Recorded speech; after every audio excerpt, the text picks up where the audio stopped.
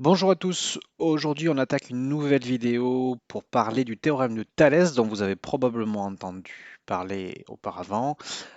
Théorème de Thalès qui est maintenant abordé en quatrième. Alors pour découvrir un petit peu de tout ça, nous allons commencer une première activité, une activité de découverte. Si vous avez envie de la faire vous-même, que vous n'avez pas eu l'information avant, allez voir en bas de la vidéo, je vous ai rajouté un lien pour télécharger le fichier et l'imprimer chez vous si vous voulez. Concrètement, dans cette activité, la première chose qu'on vous demande, en fait, c'est déjà de construire un triangle. Alors, vous revenez 2 ans en arrière, niveau 6e, on vous demande de construire un triangle connaissant ses 3 longueurs, 8 cm, 12 cm, 6 cm. Bon, compas, je vous laisse faire, c'est pas compliqué. La suite, par contre, on vous demande de placer un point M sur le segment AB vérifiant AM égale 2 cm puis tracer une parallèle. Alors, je vous montre rapidement, pour ceux qui sont perdus. Moi, je l'ai fait sous GeoGebra, mais le principe est le même. Sur le segment AB qui fait 8, alors attention, sous GeoGebra, on n'est pas en centimètres, on n'a pas d'unité de longueur. Mais bon, il fait 8, BC qui fait 6 et AC qui fait 12. Sur ce segment AB qui fait 8, j'ai rajouté un point M appartenant à ce segment et pour que AM fasse 2. OK. Deuxième partie de la consigne, on vous demande de tracer la droite parallèle à BC, passant par M. OK. Et on vous dit de rajouter un point N à l'intersection entre cette droite et AC. Alors moi, il faut que je le renomme.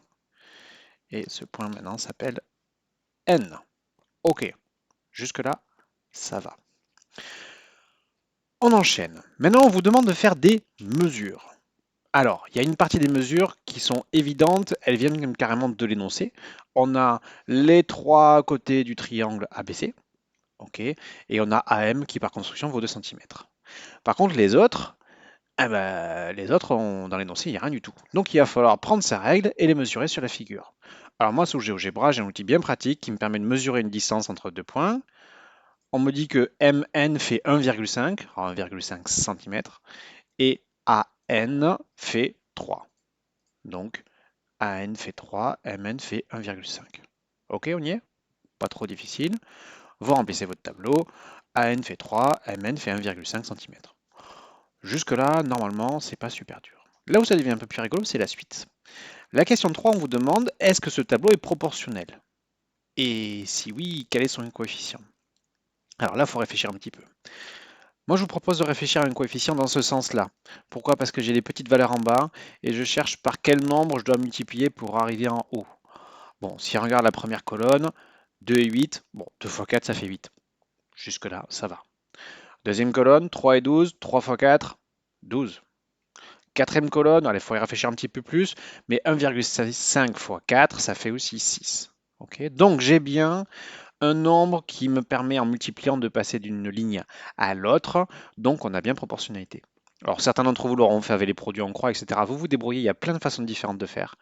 Mais là, en l'occurrence, le x4 marche bien, d'autant plus qu'il vous permet de répondre à la question suivante qui était quel est le coefficient de proportionnalité? 4. Bon, jusque-là, ça devrait aller à peu près. Question suivante, partie suivante, on vous demande maintenant de déplacer le point M. Qu'est-ce que ça veut dire ça? Si vous regardez l'énoncé de la première partie, on vous demande de retracer le même triangle, même dimension, 6, 8, 12, ok, mais en plaçant le point M à un autre endroit du segment AB. Concrètement, si je reviens sur GeoGebra, ça veut dire que mon point M, au lieu d'être à 2 cm du point A, vous choisissez de le mettre où vous voulez. Ok, bon, par exemple, moi je vais choisir de le mettre là. Pourquoi pas? Mais j'aurais pu le mettre n'importe où sur le segment. Vous vous doutez bien que vous, à la maison, vous allez avoir chacun une mesure différente. Je vous ai jamais dit de le mettre à 5,85. Chacun a fait sa propre mesure. Du coup, dans la question suivante, quand on vous demande de remplir le tableau, je ne peux pas la corriger, vous avez tous un tableau différent. Ok. Par contre, là où c'est magique, c'est que, à moins que vous vous soyez trompé, votre tableau est aussi proportionnel. Alors, il faut faire un petit peu gaffe, vous avez vu la petite phrase qui est en vert là. Attention à l'imprécision des mesures due à l'utilisation des instruments de géométrie qui ont un petit impact sur les calculs. Ce que je veux dire par là, c'est que le coefficient, là, le premier, on avait bien x4, c'était super précis parce que c'était des valeurs entières, ça tombait bien, c'était choisi pour. Là, le deuxième, vu que vous avez choisi la position du point M où vous voulez, vous allez trouver des coefficients qui sont presque identiques, mais presque identiques à peut-être au dixième, au centième, au millième près. Et là, c'est clairement lié à la précision de la mesure. Donc, vous avez fait vos propres calculs et vous trouvez aussi un résultat proportionnel. C'est quand même magique ça. D'où la synthèse qui va avec, que vous avez peut-être réussi à compléter. Si dans un triangle ABC, M est un point et N est un point du segment qui sont en face, tel que les droites MN et BC soient parallèles, eh oui, parce qu'on n'en a pas parlé de ça, mais ça ne marche que si c'est parallèle. Ce qui serait bien, si vous avez un peu de temps, essayez de refaire la manœuvre, mais avec des droites qui ne sont pas parallèles. Au lieu d'être comme ça, il y en a une qui est tordue par rapport à l'autre, etc. Elles sont séquentes, elles ne sont pas parallèles. Vous allez voir, la proportionnalité s'effondre complètement. Okay. Donc si elles sont parallèles, alors les longueurs des côtés des triangles AMN et BC sont proportionnelles. C'est-à-dire qu'on va pouvoir passer de l'une à l'autre en multipliant. Ok. Ça s'appelle le théorème de Thalès. Une version simplifiée niveau 4e, en 3e vous irez un peu plus loin, vous verrez des choses un peu plus compliquées, mais le principe est là. La vraie question c'est comment est-ce qu'on s'en sert? Le principal truc, la clé, c'est ce tableau-là. Alors le tableau il vous a été fourni, et c'est un peu normal. Mais en fait, il y a un truc à avoir, à comprendre que vous n'avez pas forcément vu. Déjà, première chose, est-ce que vous êtes d'accord que sur ma figure, là, j'ai deux triangles? J'en ai un petit, que j'ai marqué en rouge, là, AMN, et j'en ai un gros, qui est en bleu, qui est caché un petit peu derrière, qui est le triangle ABC. Ok, donc j'ai deux triangles, l'un dans l'autre, imbriqués, l'un dans l'autre. Ok.